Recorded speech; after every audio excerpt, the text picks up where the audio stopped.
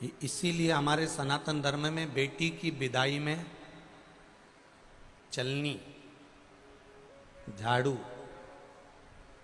सुई और अचार। हमारे यहाँ बेटी की विदाई में पापड़ देते हैं, बड़ी देते हैं, जो चीज खराब ना हो। हमारे यहाँ बेटी की विदाई में पापड़ बना कर देते हैं, बड़ी भी बनाते हैं, मूंग की आदि आदि चीज।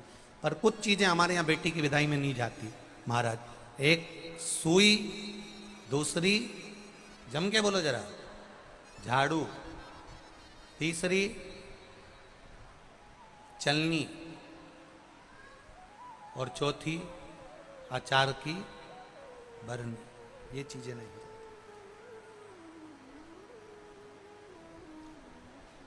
बेटी को तुम्हारे घर का अचार बहुत अच्छा लगता है। वो कहती है मम्मी मेरी माँ बहुत अच्छा अचार डालती। तो बेटी से कह देना बेटा एक काम कर, तू केरी मंगवा के रख ले, तू गोंदिया मंगवा के रख ले, नींबू मंगवा के रख ले, मैं आऊँगी आधा घंटा के लिए तेरे यहाँ अचार डाल के वापिस आ जाऊँगी। मैं दुनिया का सारा सामान बेटी को दे सकती हूँ, पर बेटी की जिंदगी में खटास उत्पन्न हो, बेटी के जीवन में कहीं सड़न उत्पन्न हो, इसलिए मैं अचार नहीं दे सकती, सुई नहीं दे सकती, झाड़ू नहीं दे सकती और चलनी नहीं दे सकती।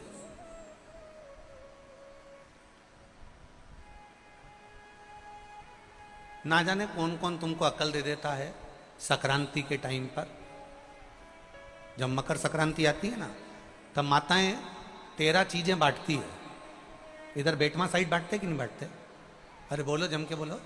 बांटते हैं। तो किसी पुराण में ये लिखा था कि आटा छानने की चलनी वो 13 चीज में बांट देना। पर माताओं में ना जाना कहां से वो लेकर आ गई कि मैं तो अब की बार 13 चीज में चलनी बांटूंगी। कौन ने कहा ये बांटने का?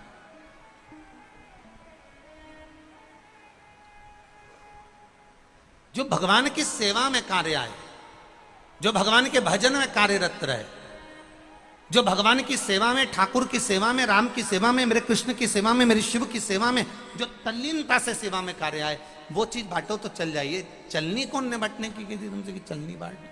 अगर प्रदोष का व्रत नहीं कर सकते, प्रदोष के दिन आप व्रत नहीं कर सकते, मान लो आपसे भूखा नहीं रहा जाए, प्रदोष का व्रत नहीं कर सकते, प्रदोष के दिन आप भूखे नहीं रह सकते, मंदिर भी नहीं जा सकते, दिया भी नहीं लगा सकते,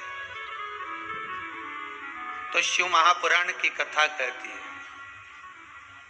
कि प्रदोष के दिन, प्रदोष काल में अपने ही दरवाजे के पास देवाधिदेव महादेव का स्मरण कर लक्ष्मी की वृद्धि के लिए, कार्य सिद्धि के लिए, संपदा को प्राप्त करने के लिए आप अपने ही दरवाजे के पास में एक दीप लगा सकते हो। कौन से दिन? प्रदोष के।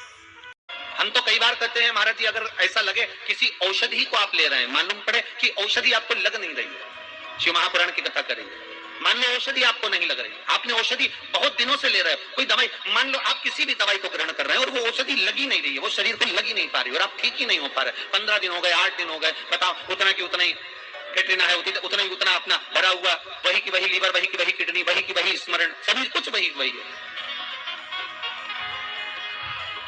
उतने की उतना ही। बीपी भी ऊंचा नीचा चल रहा है पर लेवल में नहीं आ रहा, शुगर भी लेवल में नहीं आ रही, तो प्रयास करा करो महाराज, बेलपत्री के फल का जो गुर्दा है, अंदर का जो भाग है फल का, उसको पानी में गला लीजिए और प्रदोष की प्रदोष, कम से कम प्रदोष नहीं हो और बीमारी जरा दवाई लगी नहीं रही हो तो बिना प्रदोष के भी कर सकते हो, उसको पानी में गलाइए, आधा घंटा पानी में, जैसे आपको सुबह मंदिर जाना है 10 बजे, तो सुबह स्नान कर कम से कम 6:30-7 बजे उसको पानी में गला दीजिए और उस बेले के फल का गुर्दा सा गला हुआ पानी शिव जी को ले जाकर समर्पित कर दीजिए महाराज। उस पानी में से थोड़ा सा 1 चम्मच पानी शिव जी पे चढ़ा हुआ लेकर आ जाइए, उस पानी को जो बीमार व्यक्ति है उसको औषधि देने से पहले मात्र आधी चम्मच से भी आधा चम्मच उसको दे दीजिए। भगवान शंकर का श्री शिवाय नमस्तुभ्यम का जाप कर उस पानी को देने के बाद अगर आप औषधि देंगे तो ये पक्का है कि औषधि अपना कार्य करना प्रारंभ कर देगी और वो स्वस्थ होना प्रारंभ होगा।